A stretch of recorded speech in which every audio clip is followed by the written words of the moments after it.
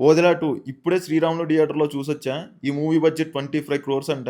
సంపత్ నంది గారు సూపర్విజన్‌లో వచ్చింది. Last part 'Odela 1' కూడా ఆయన సూపర్విజన్‌లోనే వచ్చింది. బట్ ఎక్కడ పేరేయలేదు. బట్ ఈసారి అఫీషియల్‌గా పేరేశారు. రివ్యూలోకెళ్ళే ముందు మన ఛానల్‌కి ఎవరైనా కొత్తగా వచ్చుంటే సబ్స్క్రైబ్ చేసుకొని బెల్ ఐకాన్ ఆన్ చేసుకొని పెట్టుకోండి. అండ్ అదే చేత్తో లైక్ అండ్ షేర్ కూడా చేయండి.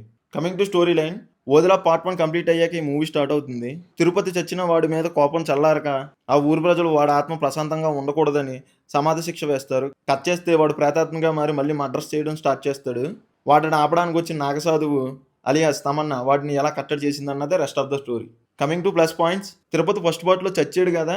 దీన్ని హర్రర్‌లోకి ఎలా తెచ్చారు? ఏ రీజనింగ్ ఇస్తారు అని అనుకున్నా.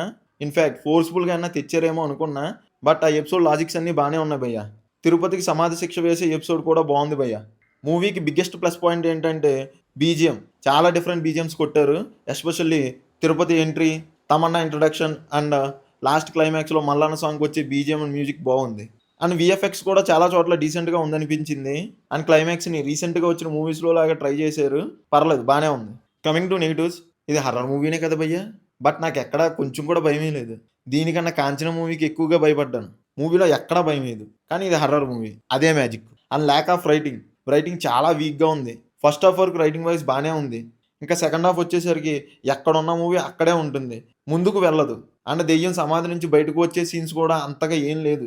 చాలా బేసిక్ వర్షన్‌లో రాసుకున్నారనిపించింది. నాకేమనిపించిందంటే ఫస్ట్ హాఫ్, క్లైమాక్స్ మాత్రమే రాసుకున్నారేమో అనిపించింది. మధ్యలో పోర్షన్ అంతా ఏదోకటి తీసేద్దాంలే అనుకున్నారేమో అనిపించింది. ప్రీ క్లైమాక్స్‌లో సెంటిమెంట్ ట్రై చేశారు. బట్ అది పెద్దగా వర్క్ అవ్వలేదు. మై ఫైనల్ వర్డ్ ఈస్ ఇంకొంచెం బెటర్ రైటింగ్ అండ్ బెటర్ వీఎఫ్ఎక్స్‌తో తీసుంటే బాగుండనిపించింది. టెక్నికల్‌గా బానే ఉన్నా ల్యాక్ ఆఫ్ రైటింగ్ మూలంగా అబోవ్ యావరేజ్ అనిపించింది. ఫ్యామిలీతో అయితే చూడొద్దు. అడల్ట్ సీన్స్ ఉన్నాయి కొన్ని అండ్ మర్డర్స్ కొంచెం వైలెంట్‌గా ఉంటాయి. సో వద్దు. My rating is 2.5 out of 5. That's it guys. మీకు మా రివ్యూ నచ్చినట్టయితే please do subscribe to our channel. Thank you all. జై హింద్.